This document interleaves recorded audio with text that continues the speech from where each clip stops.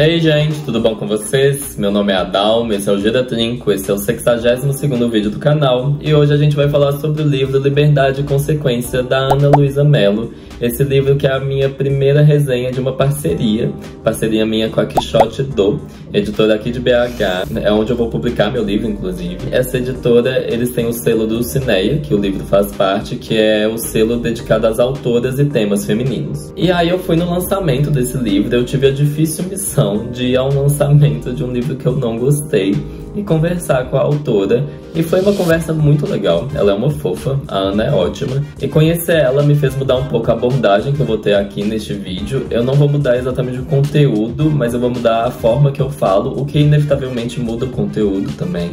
Mas deixa eu explicar melhor como que foi minha experiência com esse livro aqui. Eu acho que tudo começou a dar errado com a orelha do livro, porque pra mim ela apresentou uma proposta que não é exatamente a proposta do livro, ou é parcialmente a proposta do livro. A orelha, ela dá a ideia pra gente de que o livro vai discutir exclusivamente o que é o conceito de liberdade, ou os conceitos de liberdade, se é possível definir a liberdade e quais as consequências de seguir caminhos nessas definições. É um conceito muito difícil, é um conceito impossível de realmente agregar em alguma coisa, e para muitas pessoas chega a ser até poético definir a liberdade. E aí eu li a orelha, achei interessante, fui começar a ler o livro, e aí temos a primeira parte. Eu já adianto que eu não entendi a divisão das partes, mas comecei na primeira parte. E ela começa explicando a proposta do livro, a idealização dele, como que surgiu, quem que deu a ideia, o que aconteceu para o livro ser pensado. E foi uma coisa quase um diário, realmente, o que eu acho interessante para começar o livro.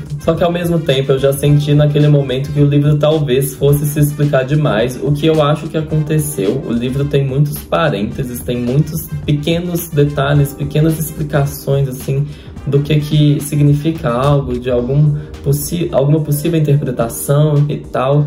Só que eu acho que isso foi trazendo uma carga para o livro que dava umas pausas, assim, dava uns trancos que eu não gostei, no fim das contas. Eu achei que foi demais. Muitos parênteses explicando coisas que não precisavam ser explicadas. Eu acho que era melhor deixar fluir algumas coisas. Mas assim, no início tava tudo bem, tava a ideia do livro ali. E vamos começar então a conceituar a liberdade, ou a tentar cumprir essa missão. E aí eu gosto que a Ana, ela tem um contexto social, assim, que ela vai focar bem no que é definir a liberdade atualmente, no sistema capitalista, o que eu acho que é importante considerar. Para muita gente, liberdade é você poder fazer as coisas, e poder não é só um verbo, é uma palavra, também um substantivo. O que é o poder? Atualmente o poder, para muita gente, é você ter capital, porque é o maior símbolo de poder financeiro, que é talvez a coisa mais influente atualmente em talvez todas as áreas da nossa vida, assim, é algo a se considerar. E se eu falar que liberdade é poder fazer as coisas, e para poder fazer as coisas eu preciso de dinheiro, então liberdade é ter dinheiro? Obviamente isso vai ter contradições, a gente vai entrar num grande buraco negro, numa grande espiral para tentar mostrar que isso também não é exatamente verdade, mas é um aspecto importante falar sobre a liberdade financeira. E a Ana também vai trazer pra gente uma ideia que eu achei muito interessante, porque assim, se a liberdade está associada à posse, a liberdade vai estar muito associada a uma ideia de uma falta constante, a um controle inatingível. Você vai estar sempre querendo mais, querendo alcançar mais coisas. E é muito problemática essa otimização da vida. Eu acho muito sério a gente falar sobre isso, de que, ai, nossa, é uma linha reta subindo para sempre, e isso nunca fez sentido. Mas enfim, além disso, essa coisa da posse tá atrelada a um incessante medo da perda do que você conquistou, porque existe a manutenção, é uma coisa que você realmente tem que pensar que não é só conquistar algo, é manter aquilo que você conquistou. Isso é muito mais difícil para muita gente. Muita gente chega lá e depois vê que o chegar lá é chegar lá todo dia.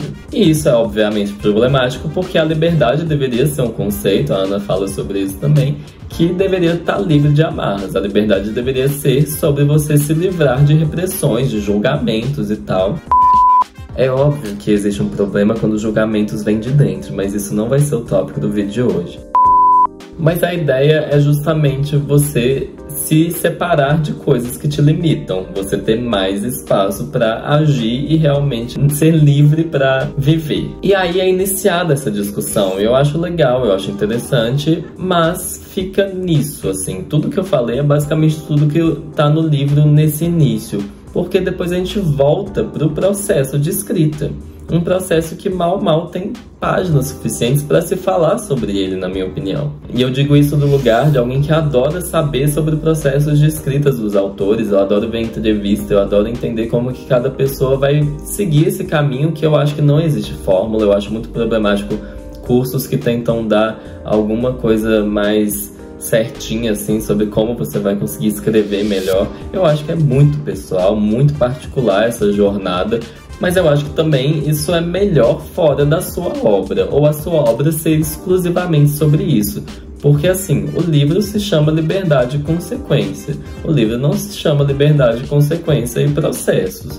Eu acho que em algum momento do livro eu fiquei assim, cadê o grosso do conteúdo? Mais da metade do livro é sobre a escrita do livro, mas assim, o que é o livro que você está falando, que você está escrevendo?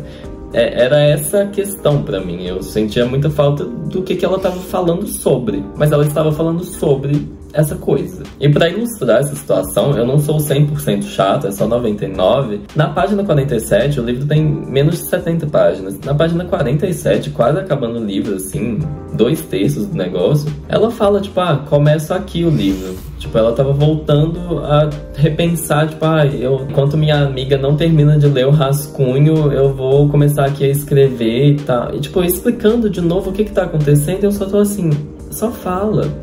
Por favor, só fala o que você tem pra falar. Fala mais sobre os conceitos de liberdade, eu sei que tem mais coisa. E aí o livro vai caminhando pro final e parece que nunca vai acontecer algumas discussões, eu senti muita falta de algumas coisas, mas pro finalzinho, assim, algumas coisas vão aparecendo, só que como elas aparecem muito no final, não deu tempo de aprofundar naturalmente. Eu acho que existem discussões muito interessantes aqui, por exemplo, a gente falar de conhecimento apenas como um meio de você alcançar uma acumulação individual e material, o que é problemático. Eu acho que até quando um aluno, numa sala de aula, fica perguntando se aquilo vai cair na prova, você só vai querer conhecimento se você for avaliado por aquilo e receber algum tipo de recompensa, o quão problemático é isso? O quão problemático é a gente tratar a vida desse jeito? Eu só vou querer ter uma profissão se aquilo for me dar dinheiro. A gente tem que sobreviver, obviamente, mas muita gente só pensa, tipo, eu vou ter a profissão que vai dar mais dinheiro. A gente sabe do que a gente tá falando. E falando sobre dinheiro, é bem legal uma discussão que a Ana traz também sobre ser impossível no nosso sistema capitalista enriquecer pelo trabalho. Eu digo enriquecer. Você conseguir se sustentar pelo trabalho é uma coisa, mas você enriquece no capitalismo apenas empobrecendo outra pessoa. Isso não é um binarismo fajuto, isso não é uma associação totalmente doida.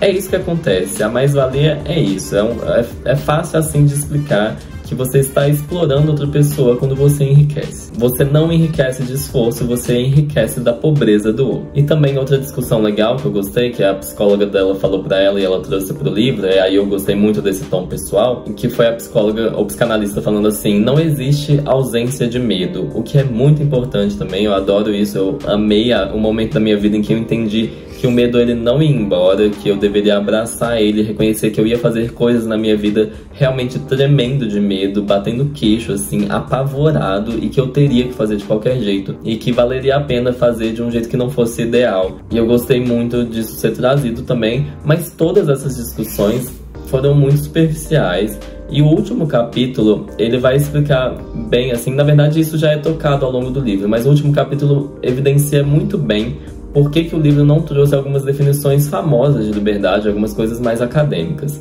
A Ana, ela já tinha escrito 4 livros acadêmicos, e ela falou assim, eu quero fazer uma coisa literária. E bacana, esse afastamento da academia, eu acho legal. Só que num livro sobre conceituar liberdade, ou você trazia experiências pessoais muito ricas, assim, ou você questionava se valia a pena fazer esse livro sem citar filósofos, por exemplo, porque esse é um conceito muito filosófico. A existência dele já é uma grande discussão. Existe liberdade? E nesse último capítulo ela cita alguns filósofos, inclusive eu amei a definição do Sartre de que a liberdade é um conceito que é impossível ser individual, não tem como uma pessoa ser livre sozinha, que obviamente uma outra pessoa pode te cercear, mas que na verdade o outro é o que vai te promover a liberdade. Tipo, a liberdade só é possível com 2 pessoas, né? Eu versus você, é eu e você. E todas as citações acadêmicas acontecem no último capítulo, isso eu pelo menos vi como uma grande possibilidade do livro de expandir para outros lados, e que não aconteceu. Para mim, o livro acabou quando ele começou a começar. E assim, outra coisa que acontece nesse livro que é um pouco diferente é que ele tem algumas folhas pautadas em que a autora convida a gente a escrever sobre liberdade. Só que eu acho que isso é uma coisa um pouco complicada.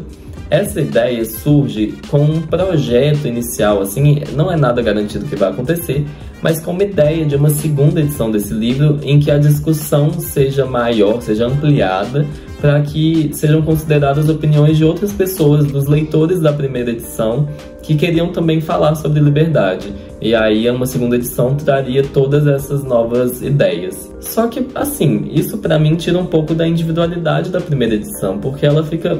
na minha opinião, ficou um pouco vazia. Realmente tem páginas em branco aqui. E é óbvio que eu adoraria discutir sobre liberdade, mas eu acho que faltou um pouco até um material pra gente responder ali. Faltou um pouco, pra mim, uma coisa pra contrapor, sabe? Essa foi a impressão que eu tive. E pra concluir esse vídeo, eu digo o seguinte, eu respondo as minhas duas perguntas clássicas. Eu gostei desse livro? Não, mas eu gostei da proposta. O que me leva à segunda pergunta. Eu recomendo esse livro? Esse livro particularmente não.